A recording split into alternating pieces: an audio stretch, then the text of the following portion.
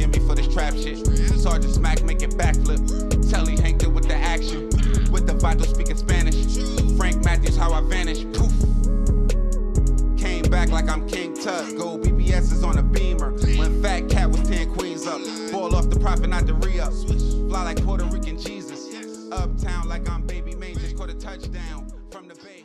Listen here. If y'all was gonna start gangbanging New York, nigga, y'all should have brought the Decepticons back. Or the low-lives, man, that did something in New York, nigga, do. And keep it all the way motherfucking New York, nigga. You know what I mean? Be proud of it.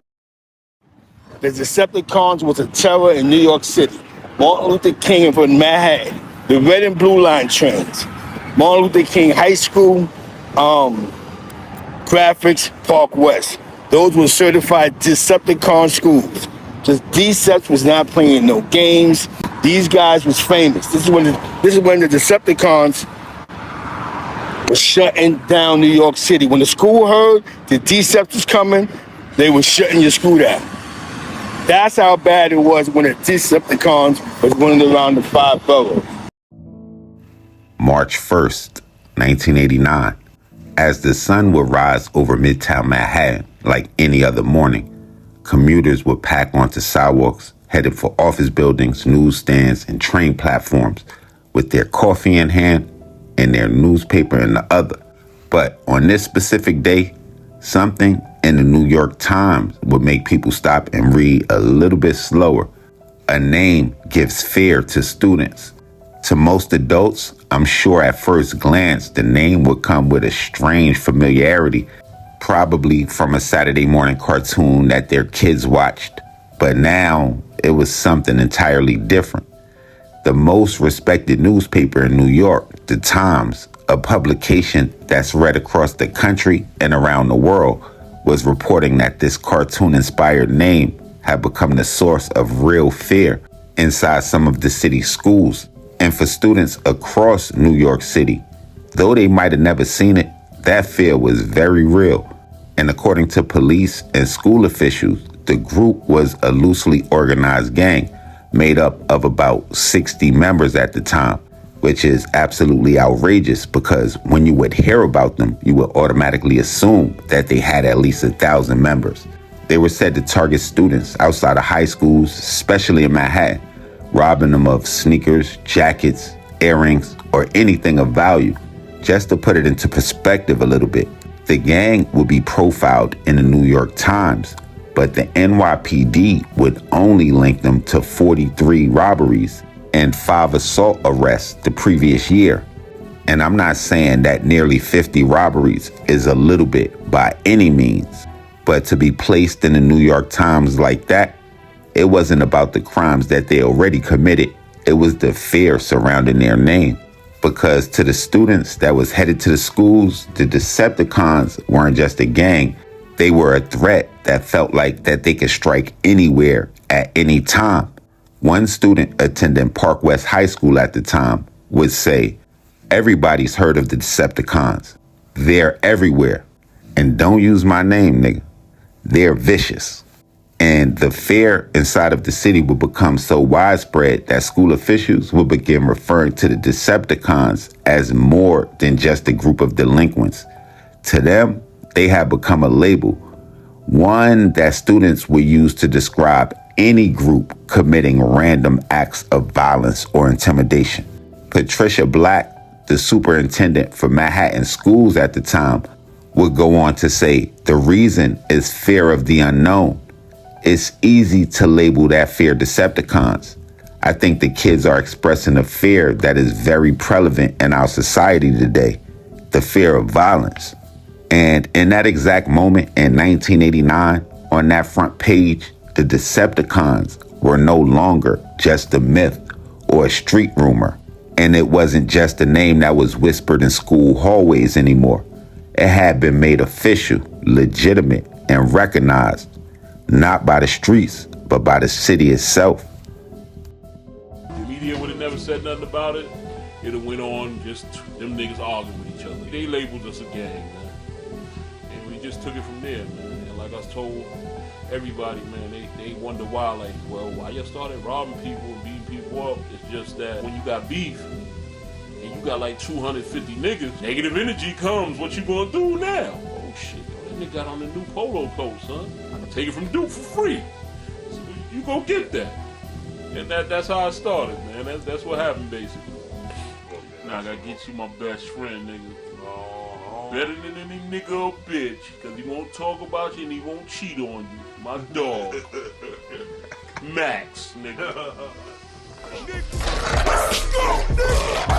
These clown niggas shooting air balls while we dump on niggas. Catch them at the light, I might dump on niggas. I try to warm like global warming. Rock mafia, yeah, Lizzie was swarming. Lower east side, it's our time to storm in. Back under the seat in the coupe that's foreign. Motherfuck radio, the game is boring. It's for my D-Sep niggas out transforming. For my D-Sep niggas out transforming. For my D-Sep niggas out transforming. For my D-Sep niggas out transforming. Got my poker face on, it's time I'm all in. That's my nigga right there, Max.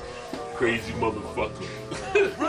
Me, this headstrong. Bing! How you want it? Bing! I'm gonna grab a motherfucking bat. Bing! I'm gonna grab whatever, and I'm gonna knock your ass out, really. Octagon and wrestling is two different motherfucking things. Baptista and all that shit, WWF, Triple H. If I take your ass in the octagon where there's no hole, I can headbutt you, bite you, knee you in your face, stomp you in your motherfucking face. Is you ready? D-Sep was born off of that, Playboy. Look, most of these young dudes out here now, they be saying some stupid shit. You know how they saying blood wear red, Chris wear blue, and all this other shit. Nigga, wear with still colors, nigga. You look at the cartoon, the fucking original symbol was purple. So all y'all dick riding niggas keep coming up to me asking me stupid ass questions.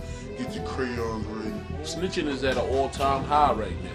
That shit was unheard of. That shit was unheard of, man. Snitches get stitches. Niggas is hanging with niggas that they know ratted now. Even to the motherfucking Dipset, nigga. Free Ziggy. You ratted on the nigga who shot your man.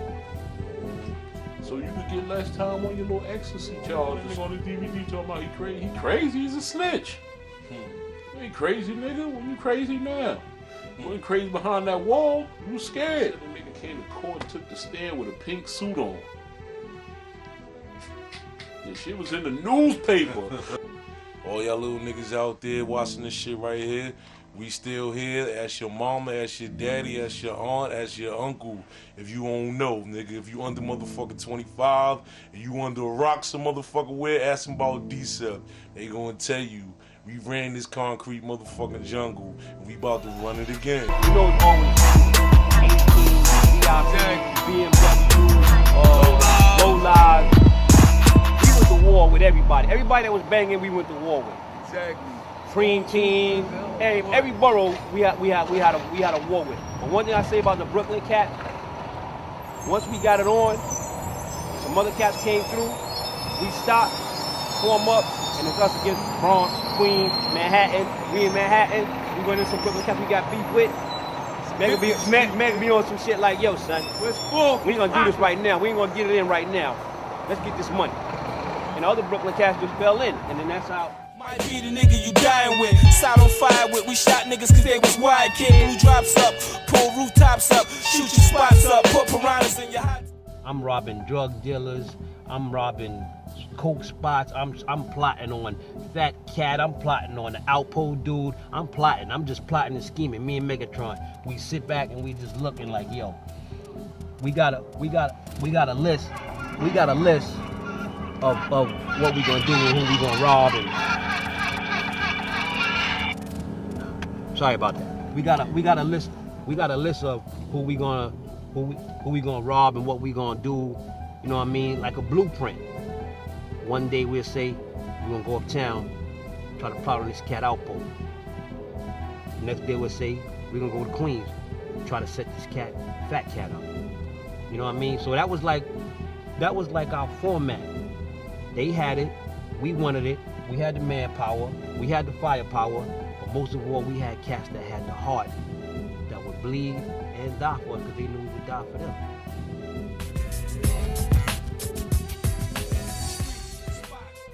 Now, I'm not sure if that New York Times article was the beginning of it, which I doubt, because I've seen members online talking about 1985, 1986, and 87, and with all the sets and the chapters, like the Constructicons, the Ricacons, the Godicons in Harlem, and the Whatacons, who some said were to be the most violent in the whole Decepticons or the Decept umbrella. They had to have hundreds of members by the time I heard of them. And what started out as just a few kids spread out across the handful of high schools would turn into a force. And this being in a time when New York City was arguably at its deadly peak right around 1990, 91, 92. I could honestly say that the Decepticons was the most recognized gang in the entire city. And just like I remember the stories of my father talking about going to Thomas Jefferson High School on Pennsylvania Avenue and hearing whispers about the notorious Tomahawks coming to the school to recruit, I remember hearing that same kind of talk when I was in the 5th grade, riding from Flatbush's Winthrop 2 and 5 train station to Franklin Avenue, then catching the 3 train, like 10 stops, all the way back to PS 149 in East New York. And now, looking back at it, courtesy of the internet, I definitely thank the universe because I was probably riding in the opposite direction of those high schoolers that was headed to Manhattan to wreak havoc every day. And the Decepts wouldn't just set the standard of what a gang in New York looked like, because at that time it was almost a gangless city with those gangs from the 1970s, like the Tomahawks, the Black Spades, the Savage Nomads, or the Dirty Dozens had all but died out. And probably the wildest part is that the Decepticons, once known for terrorizing trains and turning high schools into war zones, would go down as one of the most talked about and legendary crews to come out of New York City. And as the crew's name faded from the headlines, the legacy wouldn't die. It would kind of evolve, because what came next was a movement. From that legacy would come one of New York City's most respected rap collectives. This is half the family, as a matter of fact. This is the Boot Camp Clique. We got Smith & Wesson. We got Original Gun Clappers, OGC. You know what I'm saying? We got Helter Skelter, Ruck and Rock. You know what I'm saying? We got Mr. Walk. You know what I'm saying? One of the fattest producers. You know what I'm saying? We got Rock. We got my man PK, my partner, my manager right here, Big Drew High. Top DOG, DJ #1, my man Wayne. OGC is fat, and we coming for the flavor of 94, 5, 6. Boot Camp Clique's taking over. Y'all high school was the headquarters. Exactly, for Decepticons. For the Decepticons? Yeah. Cybertron right there, Roger, man. If you couldn't survive there, then you was a plate. Just simple as that, man. Wow. What year we talking about? The early 90s.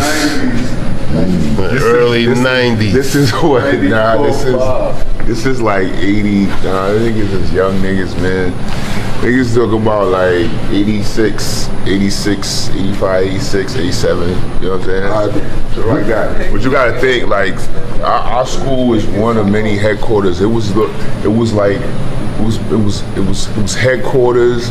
Like, our school was Cybertron. That's where you had the most cons. And Brooklyn Tech, though, was crazy. Tech is another headquarters. Wow. Brooklyn Tech is a training ground. Wow. You know what I mean? But you had headquarters in the Star. You had Up the Hill. But that's, that was where the most cons got recruited. Salute the Minnesotas, D-Struck. Rest in peace, Rambo. So that's where a lot of things happen.